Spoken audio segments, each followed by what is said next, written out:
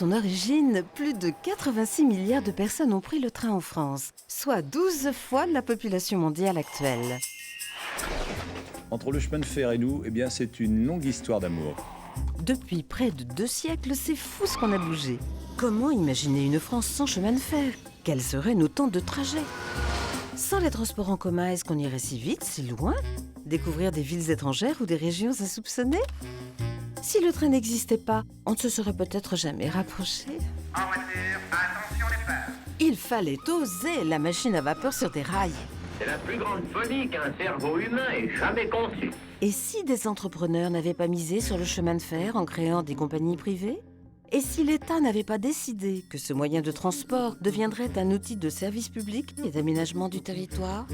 Le train fait partie de notre histoire, des jours heureux comme des heures sombres. Contrainte, réquisitionnée, la SNCF a été un rouage de la politique de déportation. Personne ne l'oublie.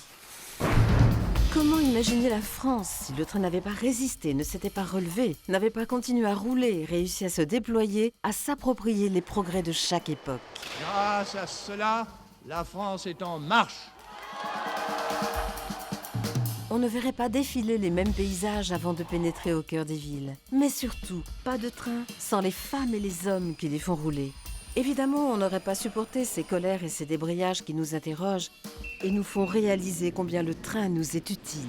Vous partez avec qui? Avec le train. Si le chemin de fer n'avait pas su se réinventer, on ne pourrait pas réserver ses trajets aussi facilement, commencer son voyage à la maison et le poursuivre à pied, en bus, à vélo. Si le train n'avait pas su s'adapter, il n'aurait peut-être pas duré.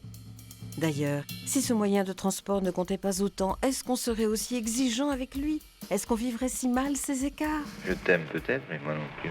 Moi ce que j'aime, c'est le train. Oui, le train nous accompagne, suit nos mouvements, simplifie nos voyages. Tournez à gauche et vous serez dans le hall des voies jaunes. Ah bah voilà. Aujourd'hui, hier, demain, on n'imagine pas nos vies sans lui. Et si c'était ça, son secret de longévité? Se souvenir d'où l'on part, savoir où l'on va. Origine, destination. En France, dans toute son histoire, le train a permis de voyager à plus de 86 milliards de personnes.